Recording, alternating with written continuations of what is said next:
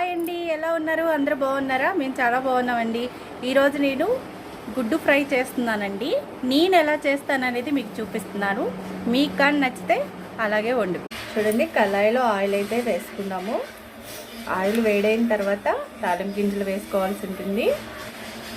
చూడండి, కొంచెం అంత తాలింపు గింజలు వేసుకున్నాము. చూడండి, ఒకసారి కలుపుకోండి. ఇక్కడ తాలింపు గింజలు వేడిన తర్వాత ఉల్లిపాయ ముక్కలు కట్ చేసుకోవాలండి. సన్నగా కట్ చేసుకున్న ఉల్లిపాయ ముక్కలు అనేది వేసుకోవాల్సి ఉంటుంది. నేను కొంచెం పెద్ద సైజు ఉల్లిపాయలు ఒక 3 ఉల్లిపాయలు అయితే తీసుకున్నాను. చూడండి, పచ్చిమిర్చి వేసుకోవాలి. ఇది బాగా ఫ్రై అయినవ్వాలండి. అవనివ్వాలి. ఫ్రై అయిపోతే 6 కోడిగుడ్లకి 3 ఉల్లిపాయలు కొంచెం పెద్ద సైజు అయితే తీసుకున్నాము. చూడండి, కొంచెం అంతా కరివేపాకు వేసుకున్నాము. కొంచెం కలుపుకోవాలి.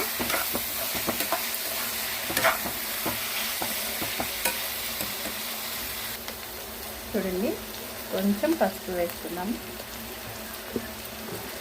ఇది బాగా మిక్స్ చేసుకోవాలి. ఉల్లిపాయలు బాగా వేగాలండి. చూడండి, 6 కోడిగుడ్లు అయితే తీసుకుంటున్నాం మనము.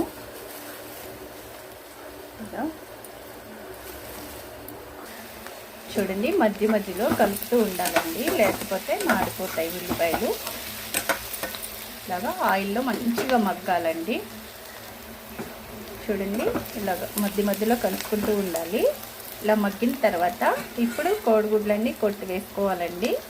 చూడండి, ఇలా గుడ్లు అన్నీ వేసుకున్న తర్వాత ఒకసారి కలుపుకోవాలి.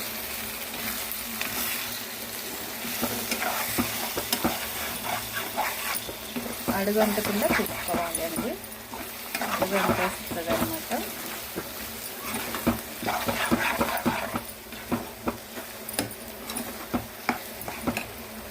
చూడండి, ఈ విధంగా వచ్చినాక రుచికి తగినంత ఉప్పు అయితే వేసుకోవాల్సి ఉంటుందండి. ఇలా వేసుకున్నాక ఒకసారి మిక్స్ చేసేసుకోండి.